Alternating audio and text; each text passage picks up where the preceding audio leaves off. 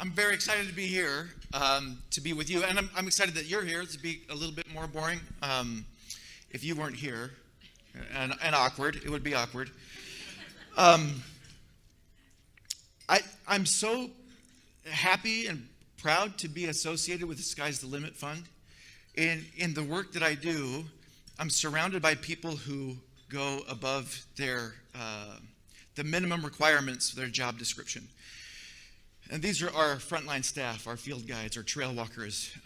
These are the folks that basically they make the miracles. And something really amazing happens when people like that do things that are beyond the minimum requirements. And that's how I feel about Sky's the Limit Fund. Really restores my hope and my faith in humanity. So I'm really happy to be here. And I'm also happy to be talking with you about something that I feel so passionately about, which is wilderness therapy and why it works and how it works, and some of my stories and some of my experiences.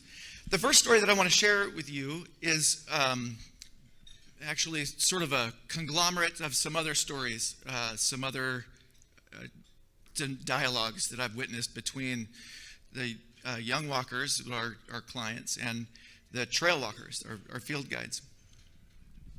It happens so many times that I couldn't just pick one to tell you about. It happens pretty predictably. This is the conversation where the youth asks, why do we have to do this?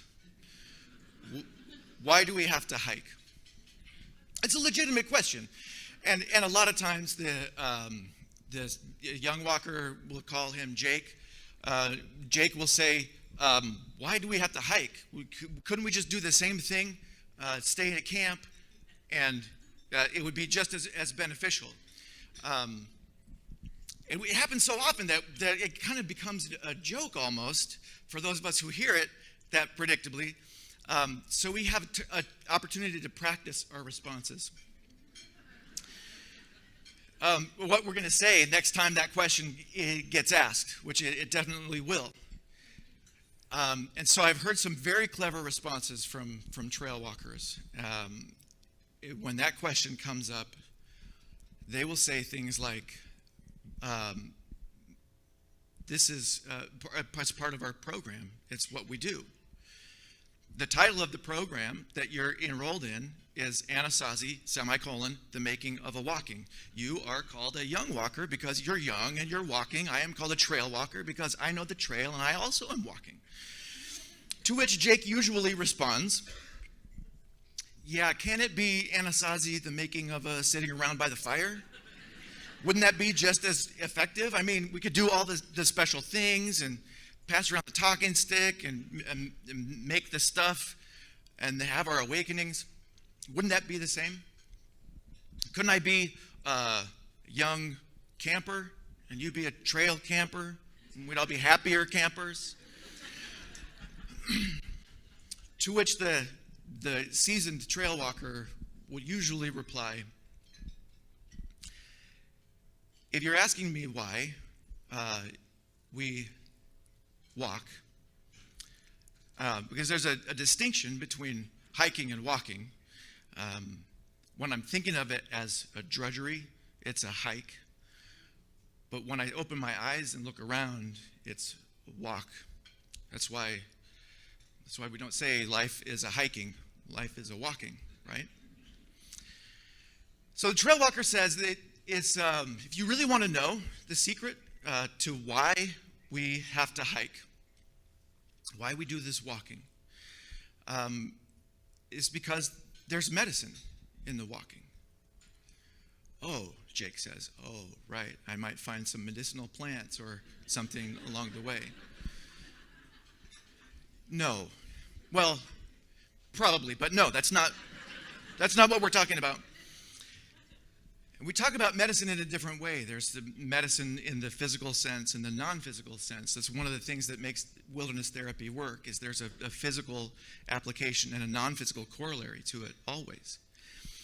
And when we talk about medicine, and Jake starts to catch on, and then the trail walker usually says, if you really want to know why, because Jake persists. He says, why? Yeah, but why? Yeah, but why?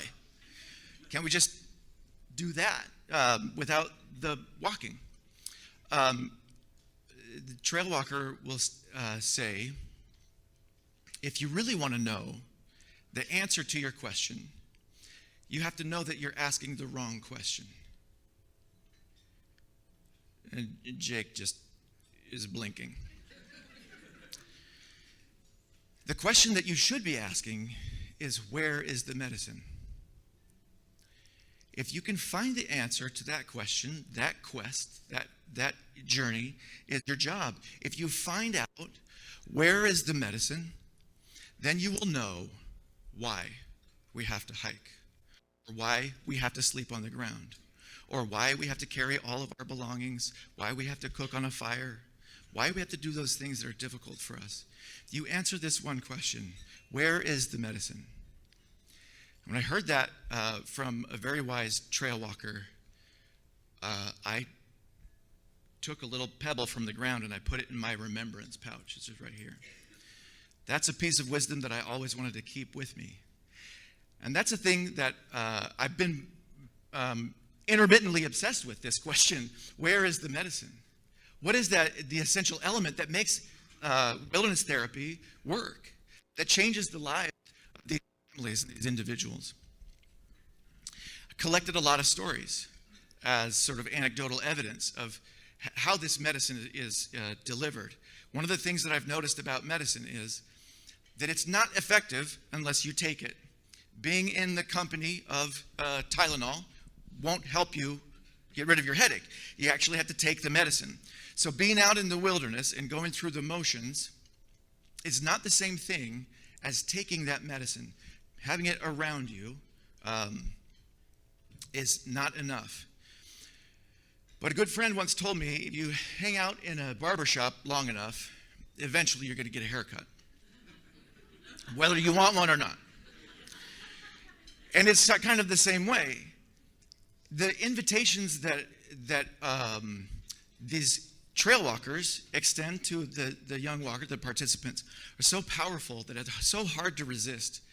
It's almost impossible not to take that medicine.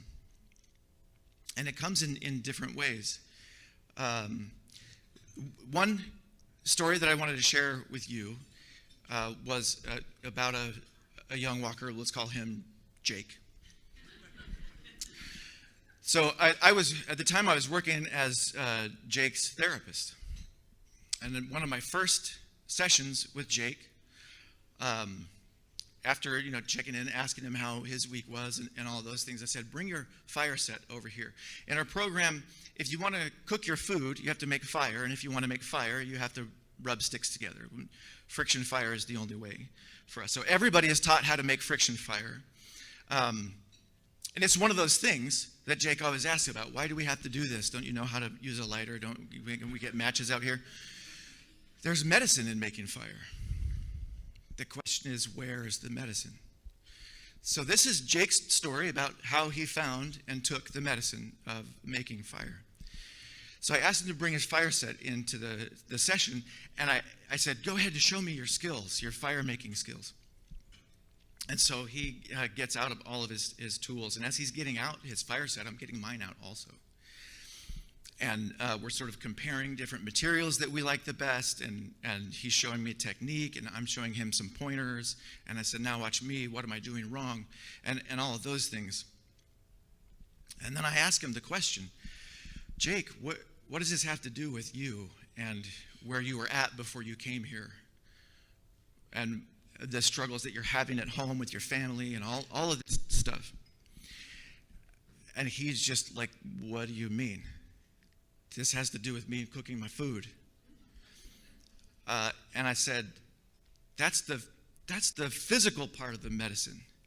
The non-physical part of the medicine is the stuff that you have to find.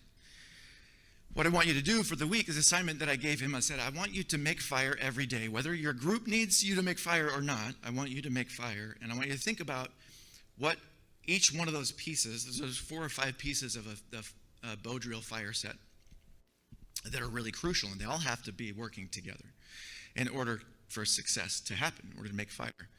And by the time we meet next time, I want to know for you in your life, in your walking, what each of those pieces of your fire set represents for you.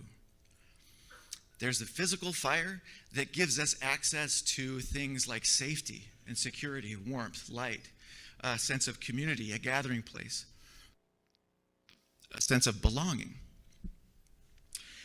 And there's a non-physical part of that too, that you need to bring some tools together and learn a skill to make that work so that you can have access to that in a non-physical way. And that he could get. He got that pretty well. He got it right away. Jake doesn't always do his therapy assignments that I give him. But he did this time, which is why I'm telling you this story. So I meet with him again the next week, and he shows me his fire set, which looks very different than it did the week before. It's different materials, that he's experimented with some things and gathered some things. But on each piece of that fire set, he's got written some words. And I was intrigued. I said, tell me about the words that you've written. Most of them don't have 4 letters. They're longer than that. And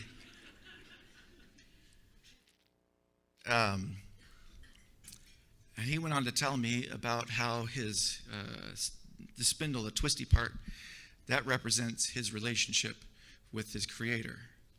And how the fire board, the part that you kind of drill into, that represents my relationship with my family. And every piece of his fire set represented a relationship with some other part of his life that's required for healthy functioning. I had an idea, I had a plan for him to interpret all of those things, but his discoveries were far more powerful than what I could have concocted myself. So he had written on those were the words that he had written on the pieces of his fire set. And he said, I've been making fire every day, sometimes 2 or 3 times a day. I'm really good at it now. And I said, so what does it mean to you? Why do we have to do this? Why do we make fire this way? And he went on to tell me about all the awakenings that he was having. And even in the act of telling me about his awakenings, more and more of these insights were coming. And he was just so thrilled. I saw Jake many months after his discharge, because we had a sort of an alumni gathering. And he came to tell me about his going home experience. And he related it back to the activity of making fire. And he said that, what I've realized was that I have been trying to make fire my whole life. I've just been having really terrible tools. My relationship with my family was terrible, which is like having a wet piece of wood for your fireboard. My relationship with my creator, that twisty thing that's supposed to be straight, it was all crooked. It wouldn't even go up and down. And all of these things, like I was working so hard to get access to that belonging place, that warmth, that safety, that security, that light. But I was doing it in the worst way. So now, when I have an experience with somebody who invites me to come and do drugs with them or go to a party or do whatever backwards walking I'm not supposed to do, I think about my fire set. And I think about the medicine that came from that experience. And so since he taught me that, I can't help but have that in my mind whenever I'm making fire or teaching someone else to do that activity. There will be always that medicine there for me. There's 100 of those stories, as many as there are individuals that come through the program, those insights. And so if I ask somebody that question, where is the medicine? Some people will tell me the medicine is in the diet. Because an amazing thing happens when you get regulated in your diet and your sleep and your exercise. It gives you a totally different person, right?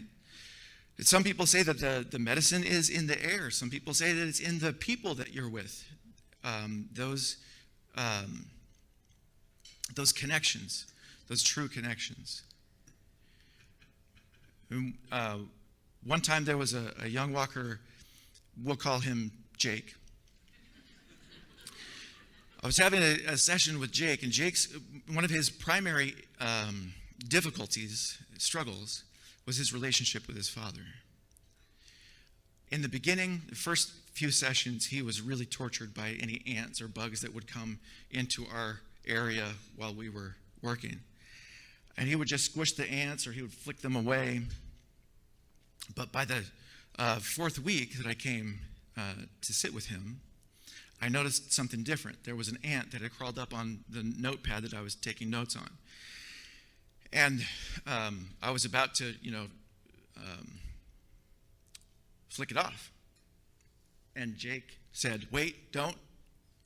And he picked it up as tenderly as I've ever seen, like the ant was precious to him, and took it over. And I knew that he had taken some medicine. And I thought, Jake, tell me about this medicine, that this is different, right? And he said, this week,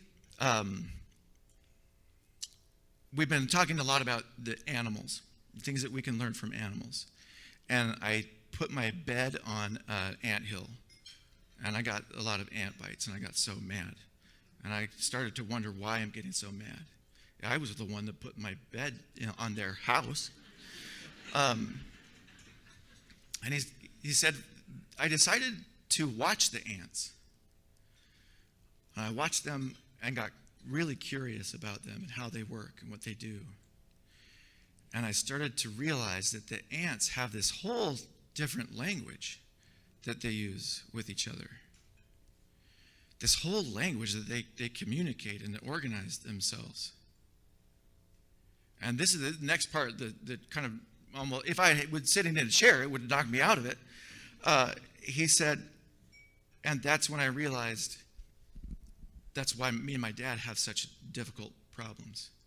My dad speaks this other language, and I need to be willing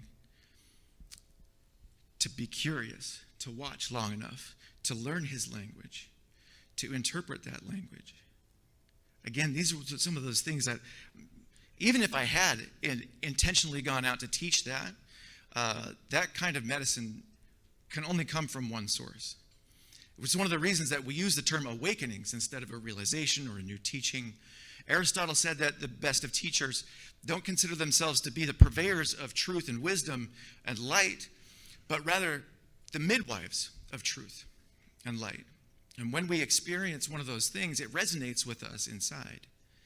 It's as though something that's in there has been sleeping suddenly wakes up. That's where a lot of that medicine is. Something that makes that possible, whether we're talking about the medicine that's in the plants or the trees or the animals or the air or the water or the walking or any of the other things that we do. One of the things that makes it possible is just removing the obstacles that come from taking that medicine, from finding that medicine and taking that medicine. One of those obstacles would be conflict, interpersonal conflict. They come to this place where it's free from all of the other judgments, they reinvent themselves, basically. And the trail walkers have basically two jobs. One of them is safety. Rule number one is don't get dead. You can write that down. That should be everybody's rule one. And the second job that they have is to look for the seed of greatness in each one of those children, even when, maybe especially when they don't deserve it. To find that seed of greatness and have high expectations for them to live up into it. That we see those things and honor those things in them, and that act removes all the other obstacles. Because then I don't have anybody to fight against. I don't have all of those things that are sort of clouding up my mind. Excuses why I'm not looking for the medicine. I'm not trying to find the medicine. One of the things that I find myself talking a lot to young walkers and to parents about is that all these things that we learn out on the trail are really important. They're things that we learn and understand. The kind of understanding that happens in the brain is a certain flavor of understanding, but the better, deeper, truer understanding happens in the heart. The heart, in that sense, is the organ of our understanding. Those things that we learn, there's the three most important parts, learnings, when we're out there having these experiences. The first one is the things that we learn. It's very important to keep them with us. Even more important than that is the feelings that we have. After we've learned something like that, it produces a certain feeling. And to pay attention to those feelings and remember those feelings. But as important as those two things are, the things that we learn and the feelings that we have, that's not the most important thing. The very most important thing that we learn, that we do on the trail, is the decisions that we make while we're feeling those feelings because of something that we learned. It has to come to that most important decision. That's the point where lives can change, where hearts can change. And the most beautiful thing in the world is a heart that's changing. I've seen it too often to believe anything different. And those things can be slippery. That medicine doesn't always stay with us. One of the most important words that I think that we have in our English language is to remember. A teacher of mine once told me that a short pencil is better than a long memory, which I believe is true. So we encourage people to write things down, to keep a log, to keep a journal. If you've ever been on a grand adventure of any kind, a vacation or a journey, there's always that point a week or two later where you're just kind of in a fog and it seems surreal. Did that really happen? Was I really out in the desert with a bunch of other people who hadn't showered in weeks? Sleeping on the ground? Was that really me? Right? Those things are slippery to us. So we need to find a way to hang on to them. Remembering is so important because no matter how much medicine we take, if we don't remember those things, they can't continue to help us. Every moment we have to have that medicine inside of us, and if it slips away, then we won't. That's why on each of your table settings, there's one of these little pouches. It is what we call in our program a remembering pouch. Because all of those teachings and all of that medicine is very important. But if you don't remember it, then eventually it will slip away from you. So we always like to make sure, by the way, I need to tell you that all of these pouches were made by hand. Actually, by the same pair of hands, by a lady in our office named Lori. And when she found out that we were going to be here, she started working very hard to collect the materials and start sewing them together. And she got blisters on her fingers, and she wanted to make sure that you had something that was made personally and different and made by hand. And so we have her to thank for those. There's a certain medicine in that, just the intention of a gift of that kind. We always like to make sure that we don't confuse this pouch with a medicine bag that is sacred to a lot of Native American indigenous peoples. That's not what this is.